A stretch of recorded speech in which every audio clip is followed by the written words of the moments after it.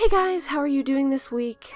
I'm doing these recordings very early because I will be gone Thursday through Saturday. Hopefully everything will be going well with that. When you are listening to this, I'll probably be asleep, but probably on my way home later on this day being Saturday the 25th? Yes, the 25th. Okay, so what I am recording this week as for drawings, first of all in this I started sketching different designs that I wanted to do because I was like, man, I want to design another D&D character, yeah, don't look at me. So I did 3 different designs. I liked all of them, but I ended up taking the middle design and I guess rendering it. I don't know how else to describe it other than I worked harder on a new picture for that character, and I decided her character would be a fighter or a monk in D&D verse, and what that means is she would be very punchy and fighty.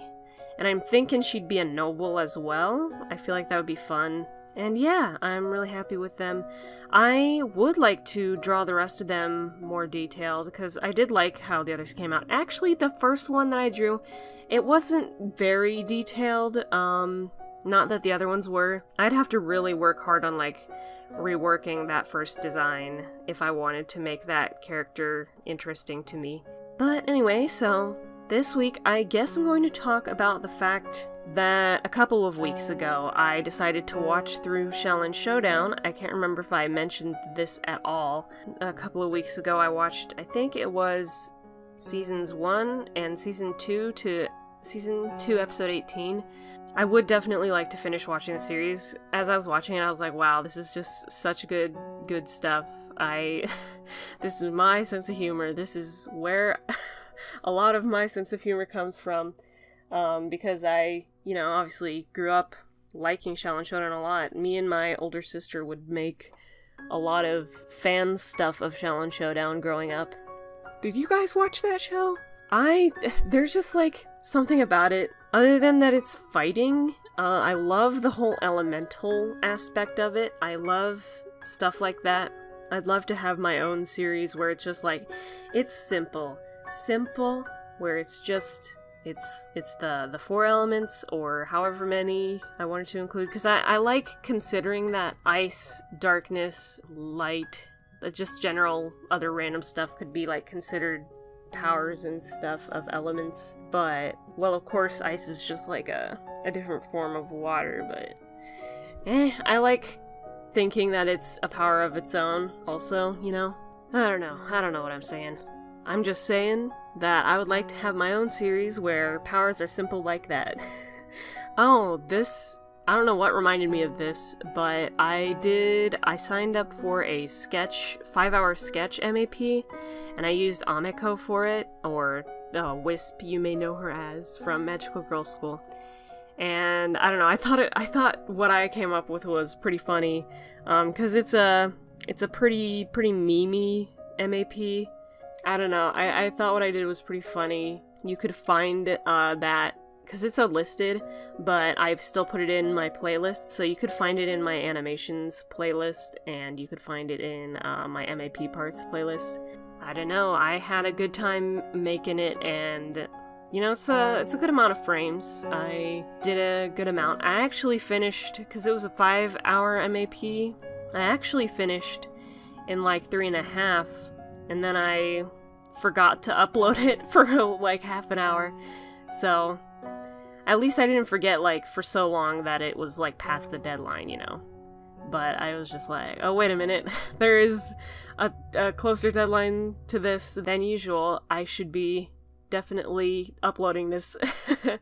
Oh my gosh. So, those of you who know that I like RWBY, my friend and I finally got around to watching a bunch of RWBY Chibi episodes and watching the character short that came out on the 18th, and oh my goodness, I'm just, oh man. Like, the character that it's focused on, gosh, do I hate that dude.